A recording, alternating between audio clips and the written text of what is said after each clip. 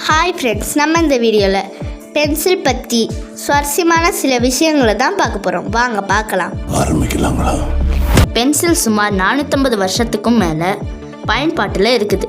16th செஞ்சுரியில் இங்கிலாண்டில் ஒரு பெரிய graphite பதிவு கண்டுபிடிக்கப்பட்டதுக்கு அப்புறம்தான் முதல் பென்சில் தயாரிக்கப்பட்டுச்சு. முதல்ல கிராஃபைட்டை டைரெக்டாக பிடிச்சி எழுதும்போது கைகளில் அழுக்கு அடைஞ்சதால் கைகளை க்ளீனாக வச்சுருக்கிறதுக்காக நூல் போன்ற பொருளால் சுற்றி எழுத ஆரம்பிச்சிருக்காங்க.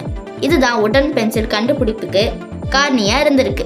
ஃபர்ஸ்ட் உடன் பென்சில் சிமோனியா அண்ட் லிண்டியானா பெர்னகோட்டின்னு ஒரு இட்டாலியன் கப்பல் 1560 கண்டுபிடிச்சாங்க. அந்த உடன் பென்சில் ஜூனிப்பர் மரக்குச்சிகளில் துளையிட்டு கிராஃபைட் வச்சு உருவாக்கப்பட்டுச்சு. இது தட்டையாகவும் ஓவல் வடிவத்திலையும் இருந்துச்சு. இப்போ உள்ள பென்சில் பெரும்பாலும் சிடார் மரத்தால் தயாரிக்கப்படுது. இது வலிமையாகவும் அதே போல் கனம் அதிகம் இல்லாததாகவும் இருக்கும். ஒரு பென்சிலால் சுமார் 35 மைல் நீளத்துக்கு ஒரு கோடை வரையலாம் அல்லது சுமார் 45,000 வார்த்தைகளை எழுதலாம். பென்சிலால் 0 கிராவிட்டிலையும் நீர்க்கடியிலையும் அதிகமான வெப்பநிலையிலையும் கூட எழுத முடியும். இப்போ மரம் இல்லாமலும் நியூஸ் பேப்பர், பிளாஸ்டிக், பழைய டெனிம் போன்ற மறுசுழற்சி செய்யப்பட்ட பொருட்களாலையும் பென்சில் தயாரிக்கப்படுது. உலகின் மிகப்பெரிய பென்சில் நியூயார்க்கில் 2007 உருவாக்கப்பட்டுச்சு.